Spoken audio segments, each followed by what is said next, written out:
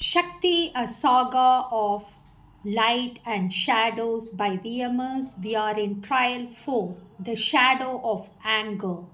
The ground cracked beneath her feet, red light glowed between the roots of the forest, pulsing like a heartbeat. The air grew hot, thick, and sharp. The fox bristled, its fur standing on end. The raven cawed harshly. Be ready, this one burns. From the shadows stepped four figures, her siblings, or rather shadows wearing their faces. Her eldest brother sneered, "You made us invisible." Her eldest sister spat, "You stole every glance, every smile." The younger brother's voice cracked with venom, "You ruined us." The younger sister's eyes blazed, "It should have been you who lost, not hers." Their words tore her chest. By this time, Shakti did cry. This time, something inside her snapped. Her fire surged, not golden but red. It burst from her chest like molten lava searing the ground, turning her branch sword into a flaming blade. "Shut up!" Shakti screamed, her voice shaking the trees. "I never asked to be the favorite. I never wanted her gone. Do you think I don't hurt too?" The shadows staggered, but they didn't fall. Instead, they smirked. "Yes," they whispered together. "Hurt more, burn hotter. Let it consume you. Anger will make you strong." The flame roared higher, wrapping around her like armor. For a moment, she felt invincible. Shakti could tear down the forest, rip apart every shadow, but then Shakti saw her own reflection in the flames. Her face twisted, her eyes wild, her fire scorching even the fox and raven at her side. Now Shakti gasped, This isn't me." The fox cried out, "Anger is a blade, wield it, don't become it." The raven screeched, "Control the fire or be devoured by it." But Shakti forced her breath slow. Her hands shook, but she lowered the sword. The fire dimmed from raging red to steady gold. The shadows of her siblings hissed and cracked apart, dissolving into sparks. Her knees buckled, but she stayed upright. Sweat poured down her face, her chest heaving. I can be angry," Shakti said through her teeth, "but I won't let it make me a monster." The fox padded closer, its voice softer now. "You learn to hold the blade without cutting yourself." The raven ruffled its wings. "Good, that lesson may save you more than once." But deep in the forest, the ground rumbled again. More shadows waited, stronger, darker, and the girl, though trembling, tightened her grip on the sword. End of the trial 4. Now we are in trial 5, the shadow of loneliness. The forest went silent, no rustle of leaves, no caw of raven, no whisper of fox. Shakti turned in circles, fox, raven, nothing. The mist thickened, swallowing everything, then footsteps. Shakti's heart leapt. Out of the grey came shapes, her siblings, their faces soft, their smiles warm, their arms outstretched. "We are here," said her eldest sister. "We have forgiven you. We will never leave you again," said her brother, voice gentle. "You are not alone anymore," said the youngest, tears in her eyes. The girl's chest ached. Shakti wanted to run into their arms to feel safe again, just once. But then the raven's voice flickered faintly in her memory. "Shadows will trick you. Loneliness will dress itself as love." Shakti's hand shook on the sword. "You are not real," Shakti whispered. The shadows smiled wider, their eyes turned hollow, their arms stretched too far, their fingers sharp as claws. "Don't say that," they crooned. "We can make you happy again. Just let go of the fire. Forget the fight. Stay with us forever." Shakti's knees buckled. The weight of solitude pressed on her chest. What if she was wrong? What if rejecting them meant she would always be alone? Shakti clenched her teeth, tears streaming down her face. I miss them, I miss all of you so much, but I would rather be truly alone than trapped in a lie. Her fire flared gold, searing through the false siblings, their smiles twisted into screams before they crumbled into ash. The mist thinned, the forest returned, and there, perched on the branch above her, was a raven. You choose truth over comfort. That is harder than any sword fight. The fox emerged from the roots, brushing against her ankle, so you remain free, though it hurts. Shakti wiped her face. Her fire burned brighter now, still small but steady, resilient. For the first time, Shakti noticed something new in the distance, a faint lantern glow flickering through the trees as if someone or something was waiting, not a shadow, not a trick, perhaps an alley. End of trial 5.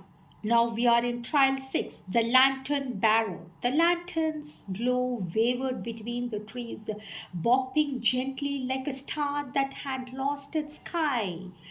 Shakti followed, cautious but drawn to it, her face, her bare feet crunched leaves, her breath fogged in the cold air. Every step felt like hope and danger braided together. At last, she saw them, a child no older than herself, standing in a clearing. Their hair was dark and tangled, their eyes sharp but tired. In one hand, they held a battered lantern that flickered with pale blue fire. The child didn't flinch when she stepped closer. Instead, they tilted their head. You are loud, they said flatly. All that fire, all that shouting, the whole forest hears you. The girl frowned, hugging her branch sword. Who are you? Shakti screamed. The lantern bearer shrugged. Someone who got lost like you. The forest eats children. Didn't you know that? The words chilled Shakti. Then why are you still here? The lantern bearer lifted the light. Because I learned how to keep the dark away, but light alone doesn't mean escape. For a moment they studied each other, the fire in her chest flickering gold, the lantern's flame glowing blue, different but not hostile. Why are you helping me? Shakti asked. The child smirked faintly. Who said, I was helping, maybe I'm just curious. No one survives this long without changing, and you haven't broke it. The raven swooped down onto her shoulder, glaring at the lantern bearer. Be wary, not every ally is a friend. The fox circled them both, tail flicking, but not every stranger is an enemy. Shakti tightened her grip on the sword, but instead of pointing it, she lowered it. If you are not really lost too, maybe we can find the way out together. The lantern bearer studied her a moment longer, then nodded. Fine, but don't slow me down. The blue flame and the gold fire glowed side by side, casting back the mist as they walked into the deeper woods. For the first time since her mother's death, the girl did not feel entirely alone. Now Shakti felt that she is not in solitude. But deep in the forest, the shadows stirred restlessly, for two lights walking together meant one thing to them, a bigger feast. End of trial 6. Now we are in trial 7. Betrayal. The two children walked together, gold fire and blue flame cutting paths across through the dark for days. Though time bent strangely in the forest, they faced lesser shadows side by side. The lantern bearer was quick and cunning, slipping between roots and thorns, striking shadows with their light. The girl was fierce, her branch sword glowing brighter with each swing. Shakti, the girl, was fierce. Together they were stronger, but the forest never let victories last. One night, as mist curled thick around their camp, a voice rose from the shadows. It was her mother's voice. My light, come home. Shakti froze. Her chest ached. She turned toward the sound, tears welling. But the lantern barrow grabbed her wrist, yanking her back. Don't listen, they snapped. That's a trick. How do you know? She cried. What if? What if it is not really her? The lantern barrow's eyes hardened because I have heard voices too. My father, my brother, they are gone. Yours is too. The truth cut like a blade. Shakti staggered back, staring at them. You don't know that. The shadows whispered louder. She waits for you. Follow the voice. Leave the stranger. Shakti's fire wavered. She looked at her alley, then at the trees. The lantern barrow tightened their grip on the lantern.